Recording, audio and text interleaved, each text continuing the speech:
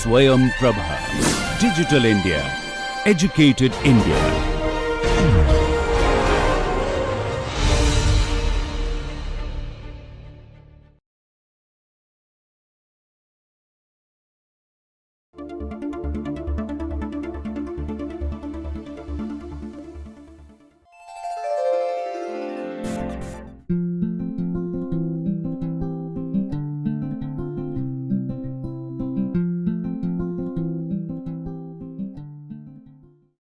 Hello, welcome to this lecture on consumption.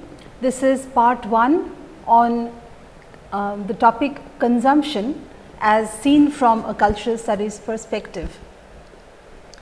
You are with us in the National Program on Technology Enhanced Learning, which is a joint venture by the Indian Institutes of Technology and the Indian Institute of Science.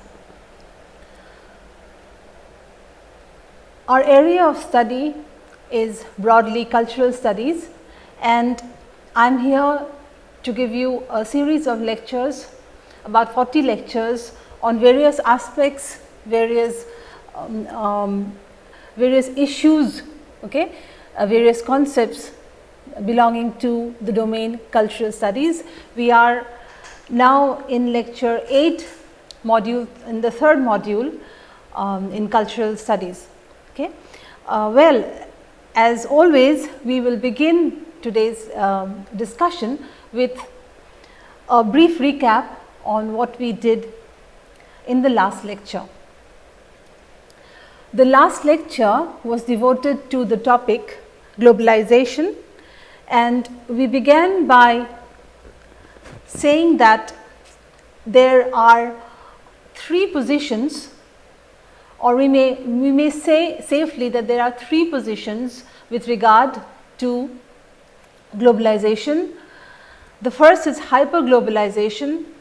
As you will recall, hyperglobalization is an orientation towards globalization that sees globalization as an imperative, that sees globalization as inevitably spelling the doom of nation states.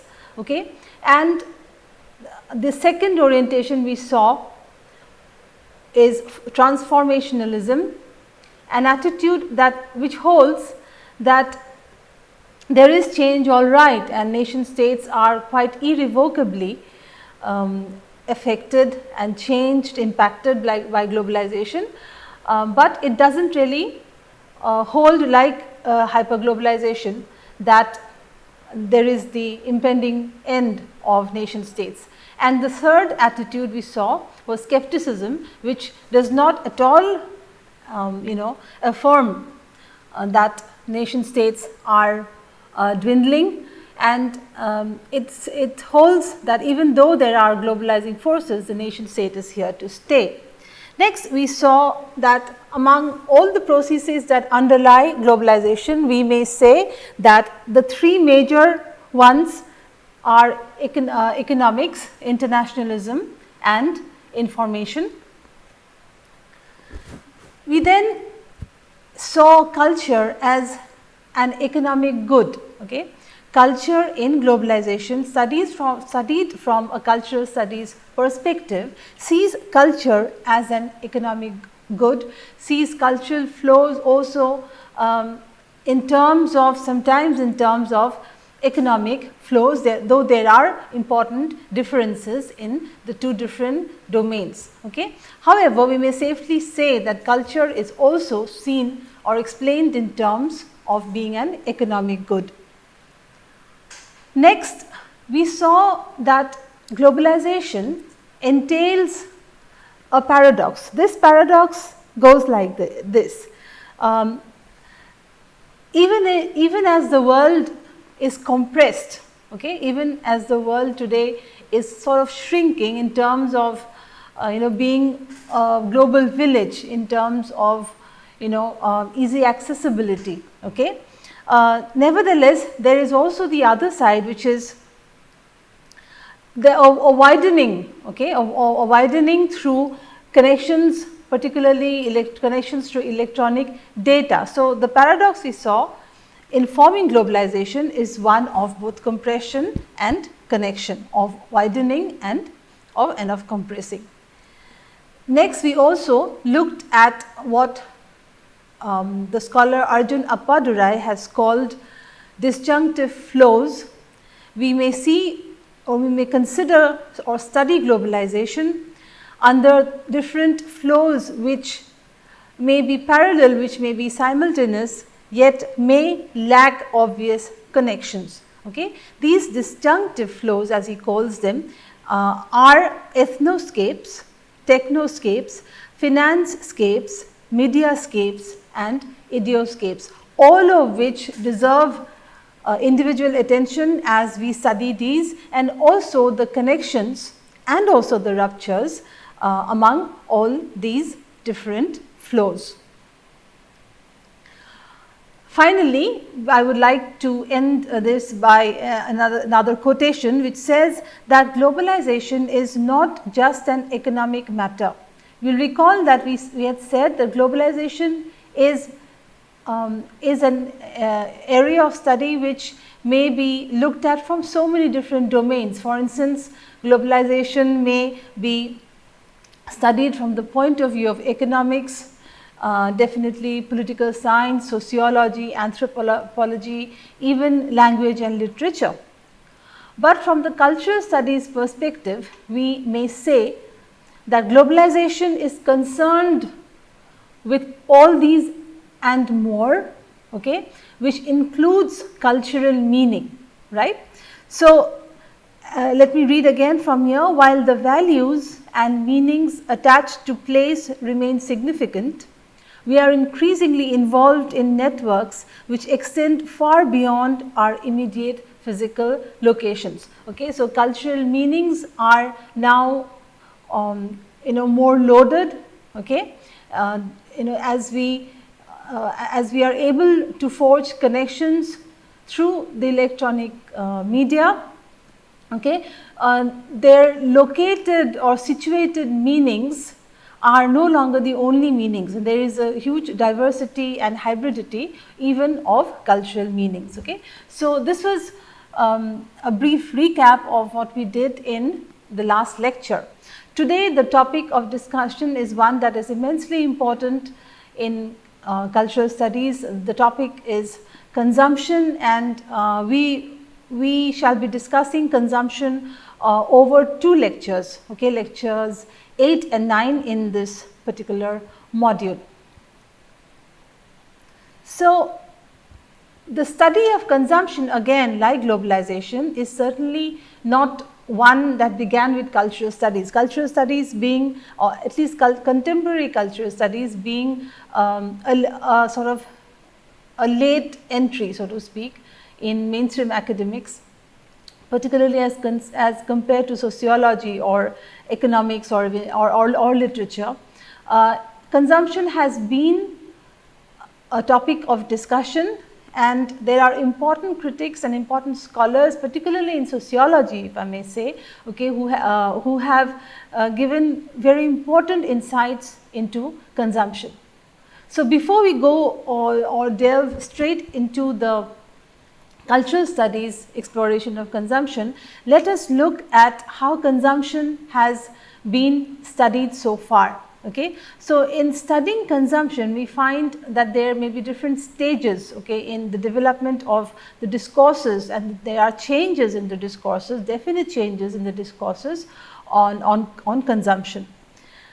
So, in the first stage, the focus, okay, the focus in the beginning stages of studying consumption was on topics like social deprivation, okay, or which classes or which social groups are deprived from consumption, deprived from consuming, who do not have enough consuming power. Okay, so the study, as you will see here, was focused on deprivation, it was focused on poverty and its consequences for consumption, the buying power of people, or the lack of it in various social groups. Then there was also therefore study on the policies, okay, on state policies on consumption, deprivation, and say measures for poverty alleviation, right. So, the focus, as we see in this phase, was more on not having, the power to consume, not having the means to consume. We shall slowly see that this changes.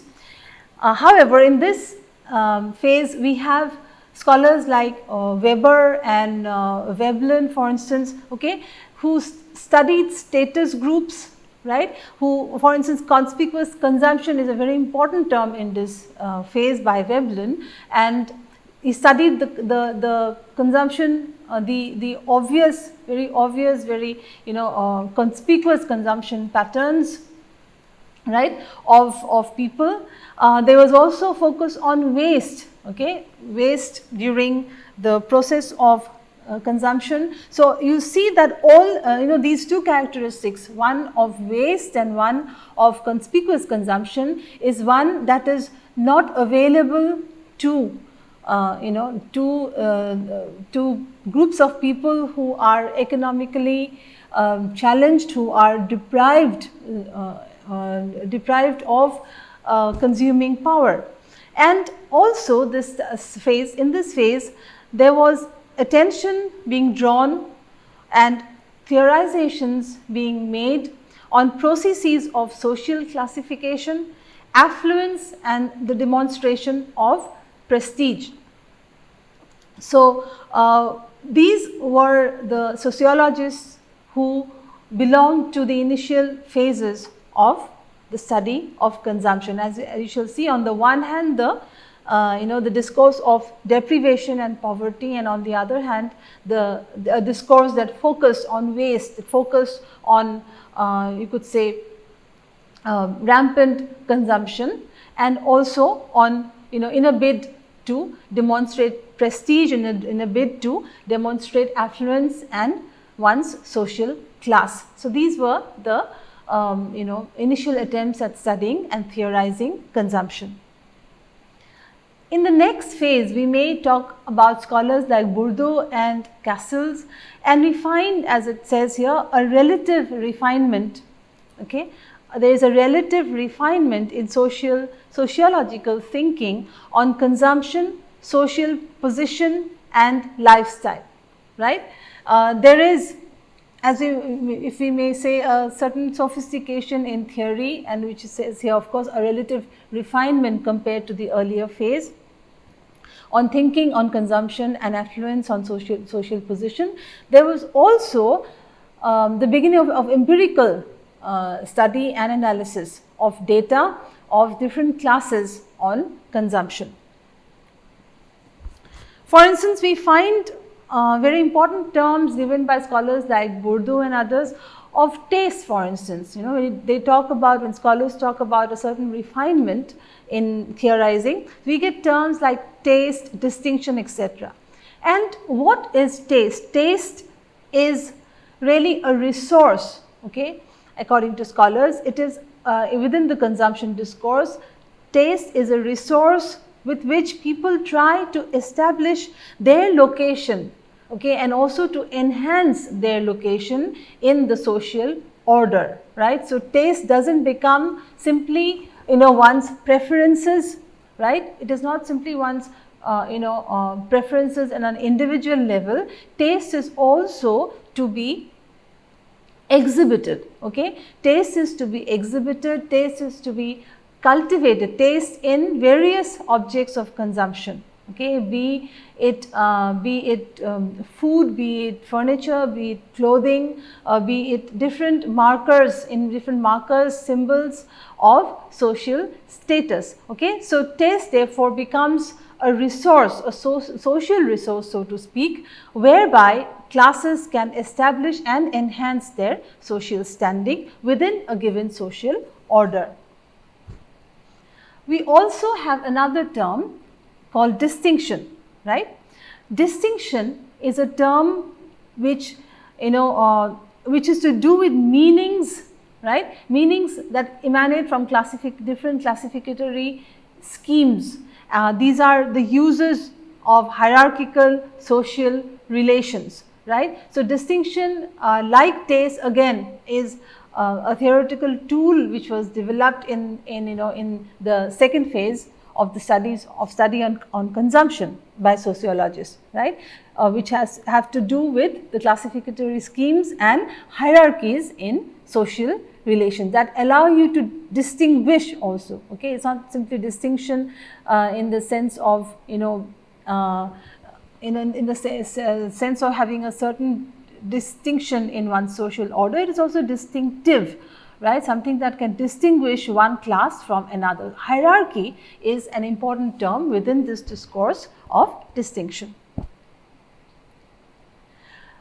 A third important word is in consumption studies is habitus, and habitus is both it's a structure of cognition. It's a structure of the cognitive apparatus in us, and it is a structure of cognition and of appropriate aspirations. So let's read from here. Within habitus, the discourse of habitus, we study the relation between social and cultural structures and social agency. Habitus is also a structure of dispositions. They are schemas of classification. These are rules, expectations that predispose the individual to certain choices and actions. So that so it's like from the word habitat. Okay, it is as if you occupy a certain habitus, right? Which is both a structure of your cognitive apparatus as far as consumption, taste, distinction, these things are concerned, as well as it is sort of it is an agency, okay, towards appropriate aspirations belonging to your class. Hence we have words here, important words here like structure, okay, schemas, rules and expectations which it says predispose, okay, an individual to certain choices and actions. So it is almost like a niche, if I may use the word. It is a niche that one has already, that one finds that is already available through the different hierarchical systems and rules and schemas, okay, to people in a society. Habitus is acquired through family and community experiences of class structure, as also an individual's everyday experience of class. And it is also formed by long and collective transmitted experiences of the economic limitations of their class position. Okay, so that the word habitus, the term habitus becomes a tool by which you can explore consumption patterns, consumption, cognitions of consumption and practices of consumption of different social classes, right? And we also see how classes coalesce to sort of inhabit, okay, different habitus practices and different habitus forms, right? And this is something that is given by a long and established system, which is again delimited by the economic limitations of a particular class. So we see that from studying poverty, social deprivation, okay, as far as consumption is concerned, the very classes that have consuming power slowly become the focus, okay, focus of consumption, right? Their everyday practices, their cultural practices, their tastes, their distinctions and habitus, okay, these. So by now we have a body of knowledge or a body of discourses, right, surrounding the consumption practices and forms, the beliefs and schemas of human beings in society. Castles also focused on collective consumption, okay, on collective consumption, on the role of the state and on the role of capital, okay, the relation between state and capital and the processes of physical, material and social reproduction of consumption patterns, okay. So there was through Castle, and there was a focus on a focus that bound together politics, economics and the social. Fine. Now we come to, which really is our focus here, on the cultural turn. After these developments in the discourse, and after there was the development and establishment of different newer discourses focusing on newer terms like taste, distinction, etc., there was what we call the cultural turn in studies of consumption. Now, this cultural turn in studies of consumption is really a multidisciplinary approach. So, it is not one that is obviously based, like all matters in cultural studies and all methodologies in cultural studies. Here too we find that it is a multidisciplinary approach spanning economics, anthropology, sociology and the like. Okay.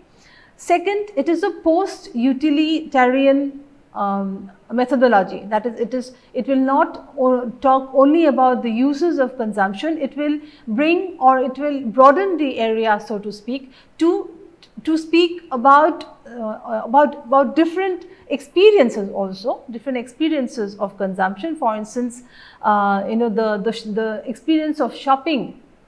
For instance, what is entailed, the signifying practices in consuming objects, then a focus definitely on advertisements, etc. So, we find that there is a post-utilitarian approach that comes into the study of consumption once we have the cultural turn.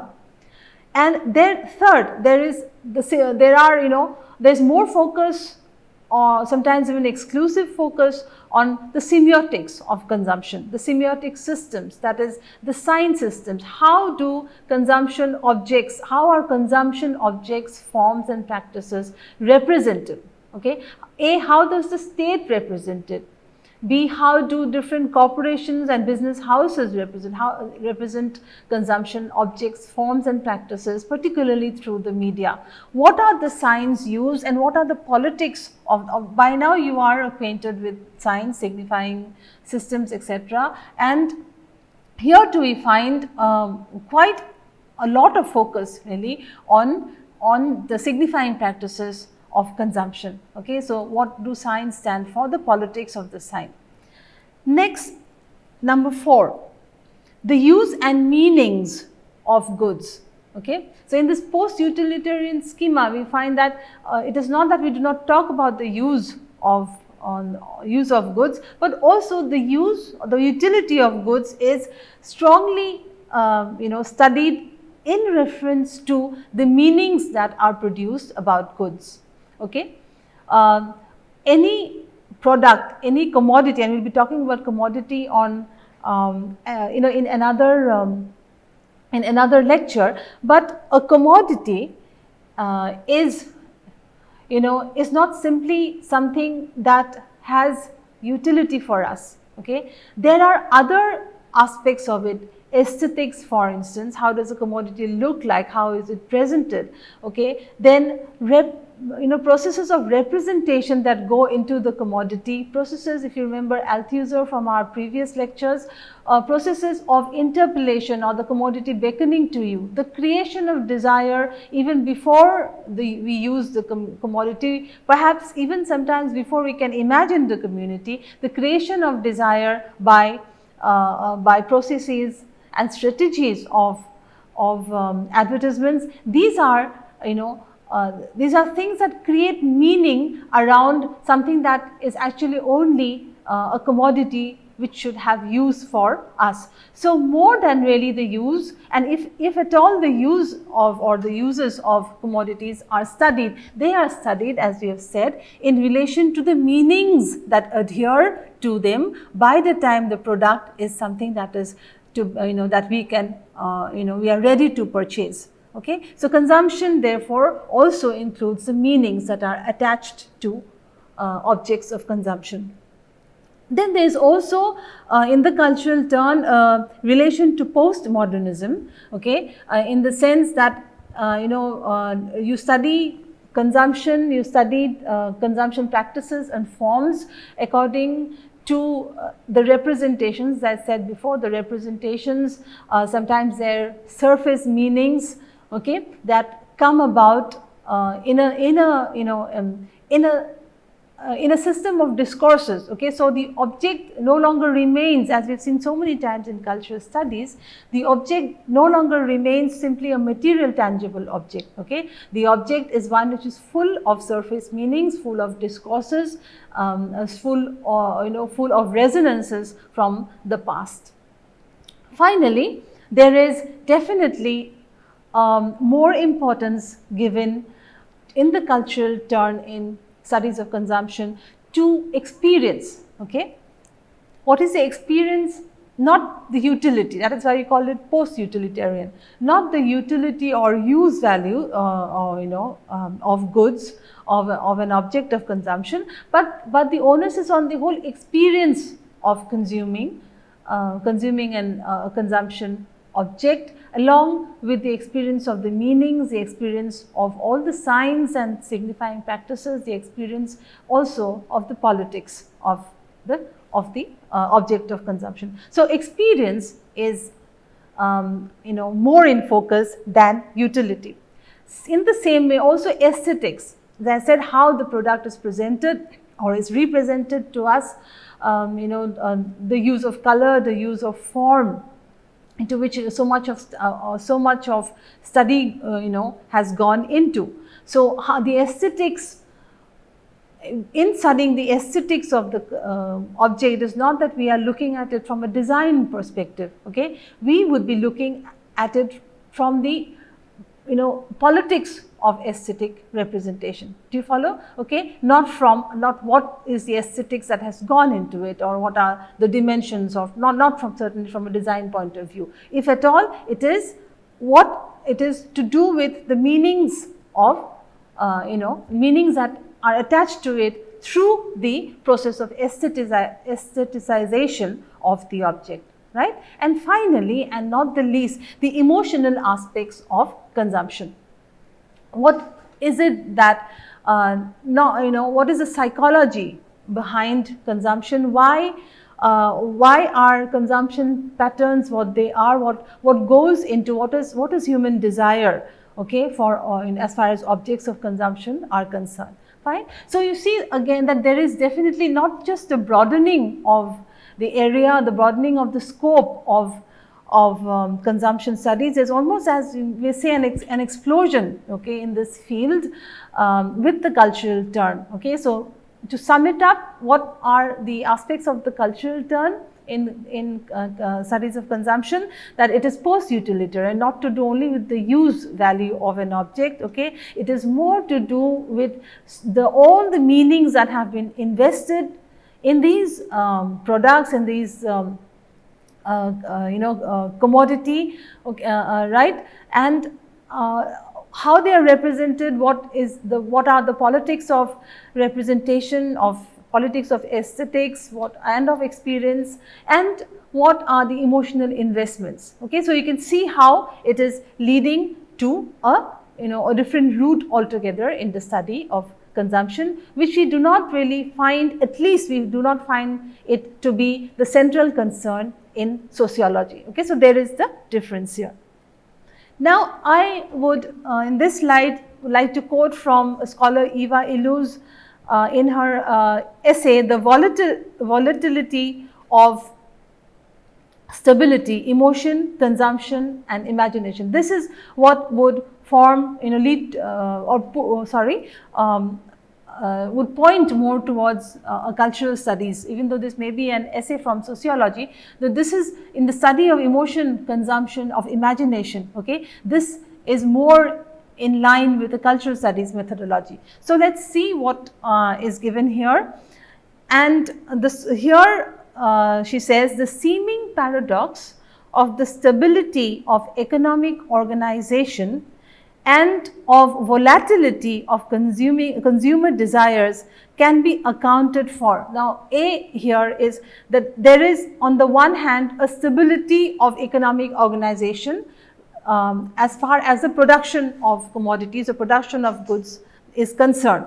And on the other hand, we see a volatility Okay, we see that it, the pattern of consumer desires is not static. It is not, it is not, and it perhaps cannot be well organized like the economic organization of consuming, okay, of producing and distributing consumer goods. So there is a paradox A, which is the stability of economic organization and the volatility or ever changing patterns of consumer desires.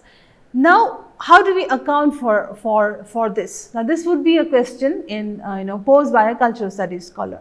So, this can be, as she says, this can be accounted for by examining the emotional dynamic of consumption. So, she says here that it is you cannot get to an understanding, or you cannot get to an explanation or accounting for such volatility and stability at the same time, okay, by looking at for instance, say economics, okay. So, she says that you will then have to look at the emotional contours of the consumption process. This can be accounted for by what she calls the emotional dynamic of consumption.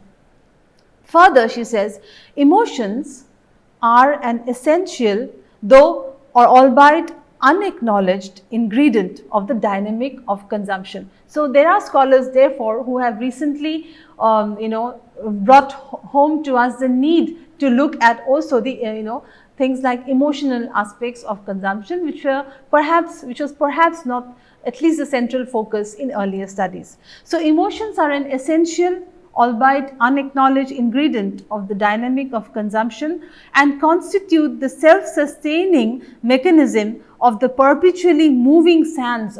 She puts it beautifully here, the perpetually moving sands of consumption. So, once this is admitted, once this becomes a focus, interestingly, it also is something that is all too quickly harnessed by the producers, by advertising concerns, okay, to sort of harness or to grab the emotions of, or to capitalize on the emotions of the consumer. Therefore, apart from consumption involving emotion, right? Consumption involves meaning. From a cultural studies perspective, consumption involves meaning, and these meanings, like all cultural meanings, are meanings that are shared. Okay, cultural meanings are necessarily shared meanings. Individual preferences are formed within cultures, and we draw on languages, values, rituals, and habits. This is in no way less applicable to the processes of consumption in a cultural study of consumption. Okay, and through culturally specific forms of consumption, we produce and reproduce cultures and complicate social relations and indeed society. This also is the explanatory framework in cultural studies for the discourse, cultural studies discourse on consumption.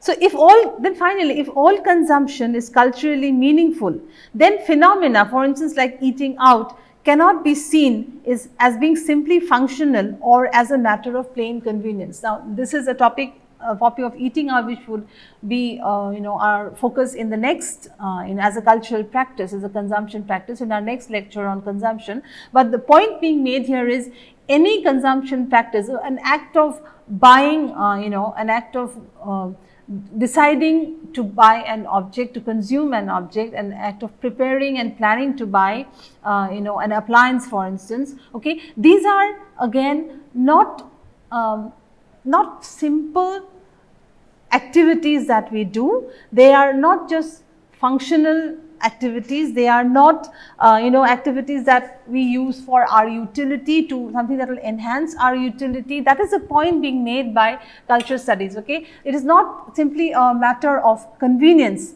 a matter of making life more easy, so to speak, in buying an appliance. All the peripheral things are also most important here, right? The emotion that goes into building the desire, okay, for an appliance, the meanings that are attached to a particular appliance, right? or a particular practice like eating out, for instance. Okay, these are things that hitherto have not been pointed to, or at least things that have not been the central focus in consumption. So, cultural studies therefore looks at consumption, to sum it up, looks at consumption not as an act whereby we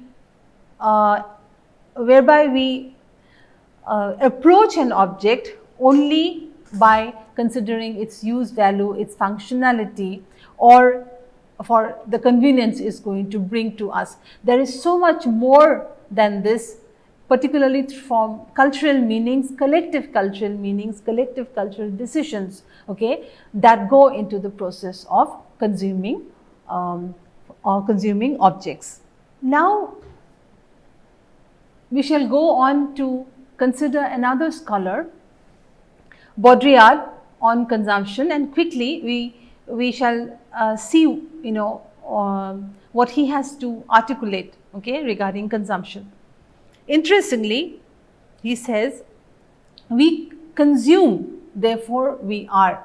Obviously, this is, this is a play on, you will recognize this as a play on Rene Descartes' famous statement, I think, therefore I am.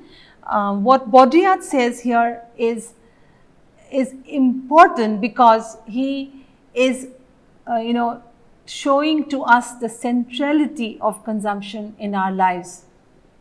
Okay, we consume, therefore we are.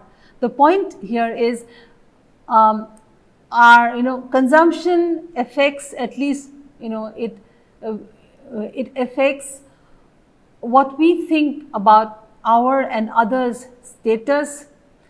Consumption is to do with prestige. Okay, consumption is to do with power, right? So it is as if we exist in order to consume. We consume, therefore we are, right? We exist because we consume, or even we exist in order to consume. Such is the importance of consumption in our lives, right? So we consume, therefore we are, and it is a relation between signs that enables difference to be established. Now, Baudrillard again is following the structuralist, post-structuralist methodology here, and again is harping on signs.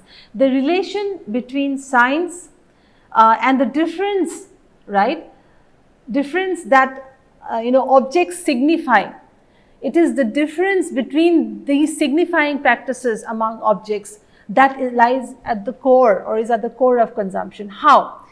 He says it is difference from others, right? It is difference from others that is one of the main uses of consumption. Okay, this is really one, I would say, one of, it's a very strong way to put it. For instance, we did say a while ago that consumption is not about utility, simply utility, that it is not simply about functionality or convenience. But here Baudrillard even says, he says we consume, therefore we are. And he says that one of the main even uses of consumption, you would have thought that the use of consumption is, to consume an object, to possess an object, which would give us some sort of a psychological, material sort of satisfaction. Okay, he says no, the uses of consumption are not to do only with the gratification, okay, the gratification of our needs.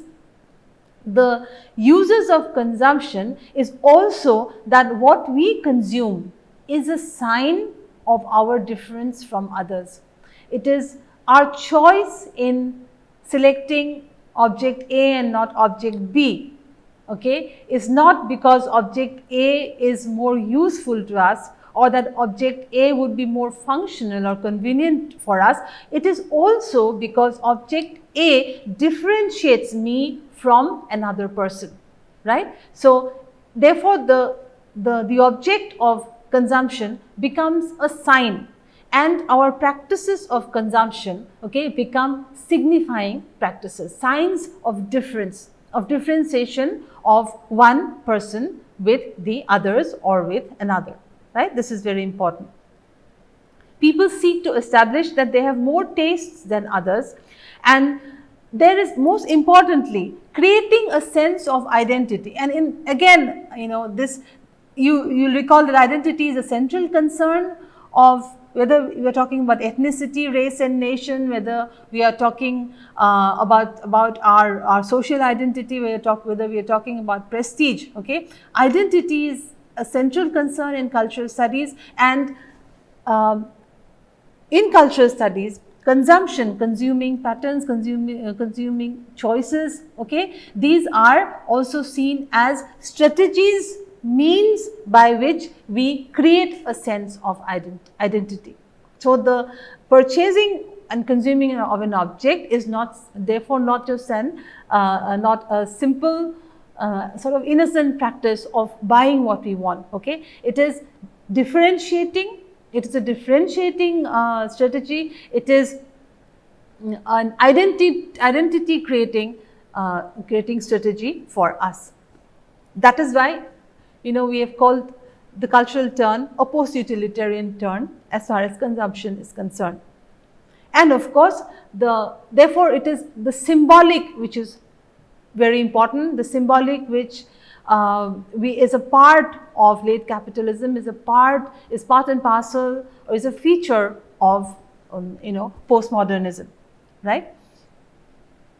So finally he says, we are fated to continue to desire the consumer experiences, right? It is not that it has to be so, but as long as we are within the the interpolating, as long as we are within the interpolating, so to speak, interpolating realities, right, of the consumer experience, as long as we are there, in that sense we are fated to continue to desire the consumer experiences. Therefore, the consumer experience, again to sum up, the consumer experience is not an experience that is only a material one.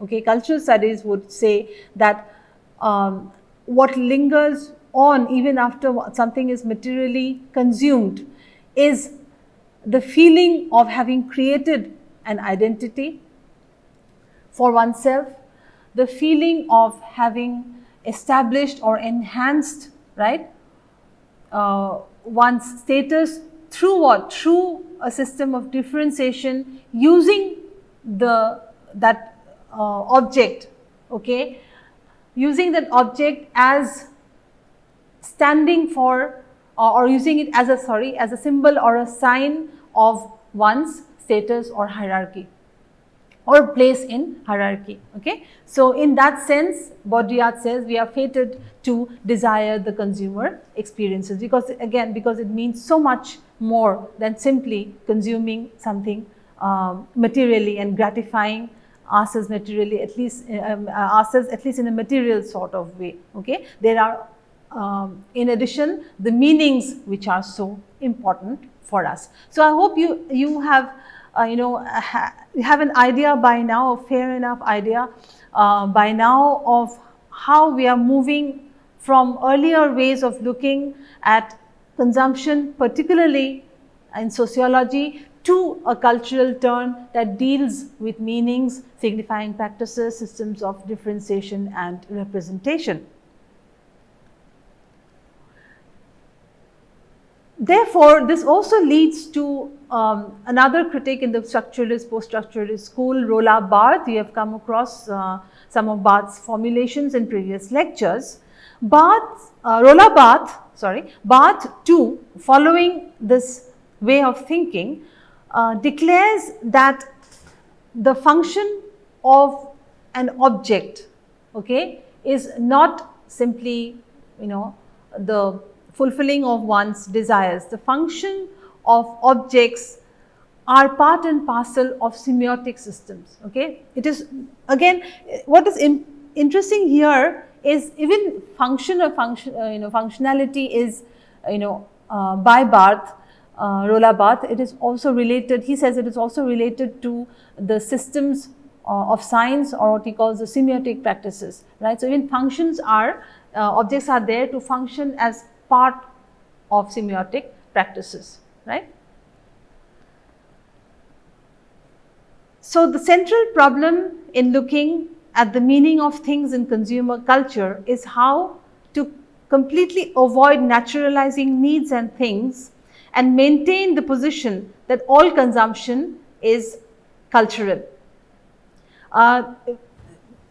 Obviously, it is, we have to avoid a naturalistic sort of framework in our understanding, okay, because meanings of things do not lie, so to speak, in the material object itself, in the sense that meanings are attached, okay, meanings are attached. They do not, objects do not come to us ever in pristine forms that have no meanings attached to them, okay. So one of the problems, if you want to culturalize consumption, that is, if you want to study consumption from a cultural studies perspective, is this, that you have to show that things cannot be naturalized. Well, we will stop here as far as the articulation of the cultural studies orientation to consumption is concerned. There will be more about consumption in the next lecture, when we will be talking about consumption by referring to one form of consumption practice, the cultural practice of eating out, where we should see how to theorize eating out from a cultural studies perspective on consumption, where we shall see these as not simply functional or matters of convenience, and we shall see what goes into building a discourse, right. So in the first part of the discussion on consumption, I tried to show you how the discourse of consumption has changed, and how it is, like as with all studies, cultural studies methodologies, how this is also, consumption also is concerned with processes of representation, with processes of culturalization, of identity formation, okay, of a way of looking at objects from a completely non or post-utilitarian perspective, which even led, as we saw a while ago, Baudrillard to declare that we consume, therefore we are, okay. There's of course a lot to be said, and some of the things which I had left here would be taken up in when we discuss in the next module, when we discuss forms of culture, forms in cultural studies, which when we will be talking about the commodity, that is where I begin talking about the commodity first, as given to as the commodity, explanation of the commodity, description of the commodity given to us by a scholar like Karl Marx, for instance, okay. So I hope for now it suffices for us to simply draw out how cultural studies approach to consumption is different from a sociological or economics-based approach to consumption. So let us look at a few questions here. Now, if you get a question like this, what are the phases in the study of consumption? We know from our discussion that there are phases of studies of studying consumption before the cultural turn, and in the earlier phases we saw, which are characterized by scholars like Weber and Veblen, for instance, okay, we saw that there was a focus on poverty, focus on the social deprivation as far as consumption is concerned, how people do not have access to consumption. There was also, on the other hand, apart from the discourse on poverty and consumption, there was a discourse on excess, right? Discourse of excess in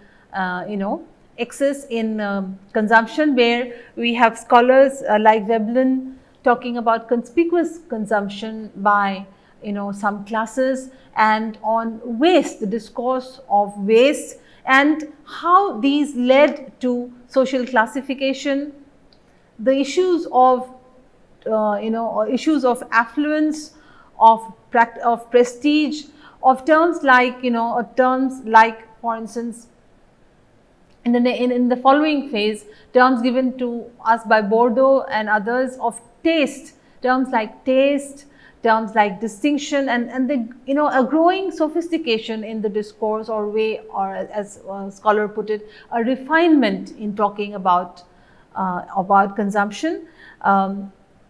In sociological terms, okay, thinking of it in terms of social position and lifestyle, okay, and hierarchies in our social order. And also there is an empirical turn in this phase in studying consumption practices.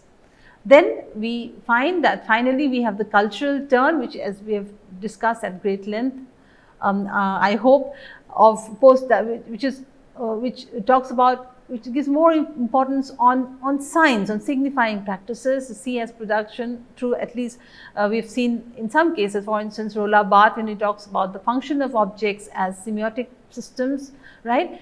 So semiotics, study of signs, about the meanings that adhere or are attached to consumer goods, the aesthetics of representation, the experience of consumption, and the emotional aspects of consumption, right.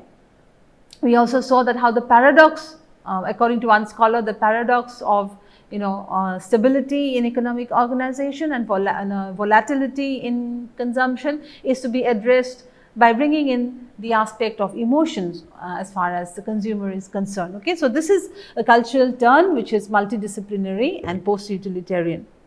Then if you get a question, define habitus. We will then say that habitus is both a structure of cognition in our minds as well as agency of appropriate aspirations. You may highlight the fact that habitus is to be seen as structures of classification, of schemas, of rules, and this one's habitat emanates from the family and community experiences of one's class, one's class standing, and not simply one's individual experiences of class.